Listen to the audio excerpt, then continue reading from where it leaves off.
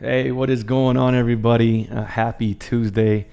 This is Rudy Flores, and I want to thank you for taking the time to jump on this live streaming with me today. I'm going to be sharing. Basically, I want to talk about our weekend, man. It was a pretty eventful weekend for the Flores family, and I wanted to talk about some of the things or lessons that I was able to extract from this weekend's events. As you can tell, my voice is a little gone. Caleb and his team actually took part in the Arizona State Cup. It is basically the biggest tournament of the year. Top teams from Arizona play it out in a tournament, and obviously the winner is crowned the Arizona State champion. And the champion typically they'll go to out of state. In their case, they'll be going to Salt Lake City, Utah, to play in the regional championships versus champions from their regions. But going back to to this Friday, we started Friday. Excuse me. He had his semifinal match against another club, and I'll tell you this, man. The team that Caleb plays with, his coach has done such an amazing job with these boys. They are ranked number one in the state, ranked number one in the region, and ranked number one in the nation. So these kids are good, man. And this shout out to Coach Daniel Espinosa, man. He's done a marvelous job training these boys and just always getting them in the right mental place to basically overcome any challenge that they face. This team can pretty much beat you from any side. Caleb knew when he was making the move over from his previous team to this team that he was going to be surrounding himself with some of the best players in the state. And I'm one of those people. My wife is also one of those people that believes that you want to make sure that you're always trying to keep yourself around people that are going to challenge you to level up. You don't want to be ever in a place where you're complacent, where you feel like, this is as far as I can go. Because there's always room for growth. There's always room for us to get better. So this was a move that we decided to make for him at the beginning of this season, which was back in like August, September of 2020. And it was a difficult move for him. He left teammates who he had been with for many years prior to. He's still very much great friends with those boys, and we love them all dearly. But it was just time for him to have a new challenge, right? So with playing with these new teammates, this new team, I mean, obviously he made friends with everybody right away. The soccer communities, I don't want to say small, but everybody knows each other, so they know that they've crossed paths with him at some point, and they know of each other. So he was quick to make friends, but usually Caleb and all our kids are really good about making friends right away anywhere they go. So anyways, fast forward to the tournament. Friday, he didn't have that great of a game. He did good, but he had a lot of opportunities where I think he had maybe 5 or 6 shots on goal, and they just weren't hitting, man. Like it was hitting the goalie right in the hand, or he was missing it just wide. I mean, it just wasn't landing, and you could just see a little bit of frustration settling in. And but luckily, like I said, this team is so good that they didn't really need him to score in that game to be able to pull away. They ended up winning the match 3-0. The team has an amazing defense and a lot of scores on the field all over the place. But like I said, it's just it just wasn't his game. It just wasn't his game. So winning the semifinal now, it propelled them to be able to now get to the state championship final, right? Where they were going to face another very, very competitive team who up to that point, they had not lost a single match in the tournament, just the same as our team hadn't. And the other team had also not allowed a single goal the entire tournament. I think if I remember correctly, they scored like 18 goals and allowed 0. So, I mean, these guys were good. And I'm going to be showing you some clips from the game. And I know it's going to sound a lot like I'm giving Caleb all the glory here, but I really want to emphasize the fact that, of course, soccer is a team sport, and his teammates just played, all of them, they just played an amazing game. They all came together and absolutely just, wow, easily the best game of the season. And I think a lot of the parents and a lot of the people that were there that day can agree to that. So first, I want to say maybe the first 5 or 10 minutes of the game, the boys ended up going down 2-0 in the match. Caleb actually didn't start in this match. In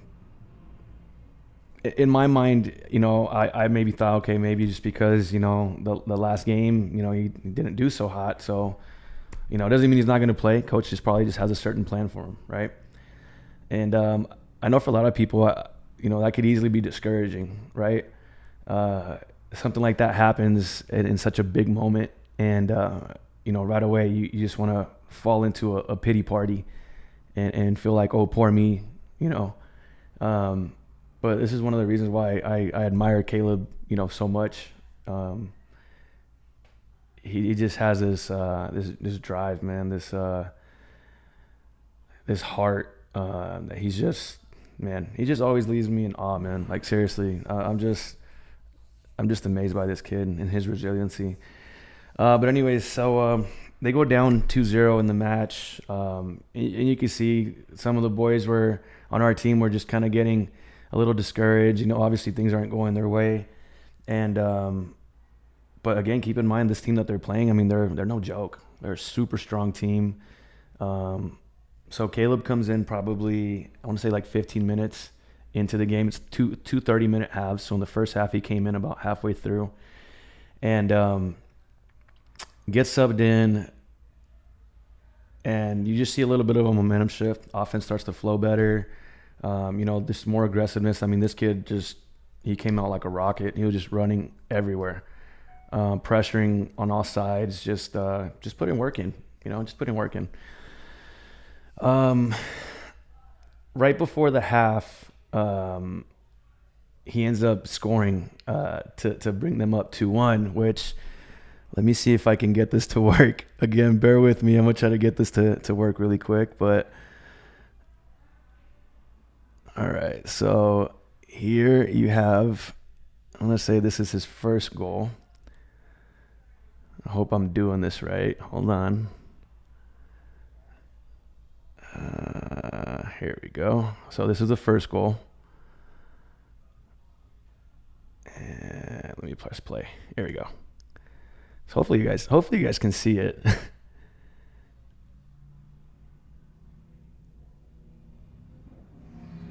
So that was the first goal. You see this little yellow-headed kid right here. I'll play it again really quick, so hopefully it worked. But yeah, here's the replay again. So that was goal 1, right? So we'll stop that. Hopefully I'm back on the screen now. So that was the first goal. Again, this was right before the half. So literally as soon as they scored that goal, they called half, shortly after that. So now, you could just see the boys' energy is just up. Momentum is up. They're starting to feel like, all right, now we have a chance, Granted, there's still a lot of game to be played, and I don't think there was any doubt in any of the parents' minds, and probably even on the parents on the other side too, like, hey, there's a lot of time left. 2-0 in this sport is really nothing. A lot of things can happen in that time. So again, they go up 2-1 right at the half, go in with just a ton of energy, excitement. Second half starts, and Caleb comes back out. He gets to start the second half again. And again, energy's just great. Again, you can just see that the boys' excitement's there. The motivation is there. And you see the other team just kind of, they don't know how to counteract this energy, right? They just are kind of just getting pushed back more and more. On one of the plays, Caleb gets the ball. He ends up getting fouled right outside of the box. So he ends up getting awarded a free kick. His coach actually let him take the free kick in this situation, and I actually have the video to that one too. So let me let me mock all this stuff up, make sure I don't mix anything up here. So our friend Rena, who was there at the match, also recorded this one, and I wanted to show this one specifically because you actually get to see mine and Cypri's reaction in this clip, and I mean, you can just see we're super geeked up, we're super excited. So hold on, let me change this over again, and I really hope this is all working and this is all showing you guys everything exactly. But here we go.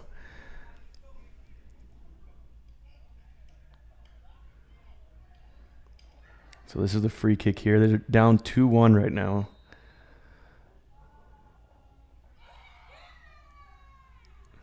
And there's mom and dad, just, just super pumped. They're just, again, now championship game tied 2-2. It's a new game. Everyone's stoked. You see Caleb's just pumped. He's just ready to go. I want to show it again just because I've been watching this thing over and over again like the last 2 days, man, and I can't get enough of it.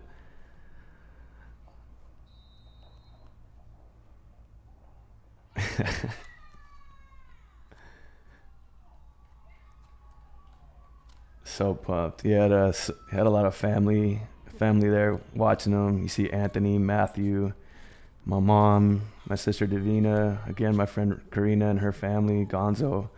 I mean, they all came out to support, which I know Caleb, man, he loves being able to have just friends and family there to watch him play. But this was, again, man, it was just such an amazing game to be able to witness and enjoy. So at that point, man, game is now tied 2-2. Brand new game. Needless to say, man, the boys just rode that wave. They rode that excitement. They ended up scoring another goal shortly after that to go up 3-2, and then they just got the nail in the coffin shortly after. I believe Abraham, one of his teammates, scored the tie-breaking goal, and then his teammate Tony scored the fourth goal, which ultimately put the nail in the coffin for them and just close it up. And again, just the defense and just everybody, the whole team, man, they just played an amazing game just to secure that championship and stamp their tickets to Salt Lake City to be able to play in the regional championships. But again, man, the biggest things that I'm getting from here, right?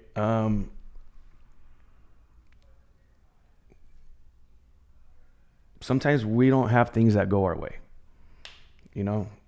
Example, Caleb on Friday didn't have the best game.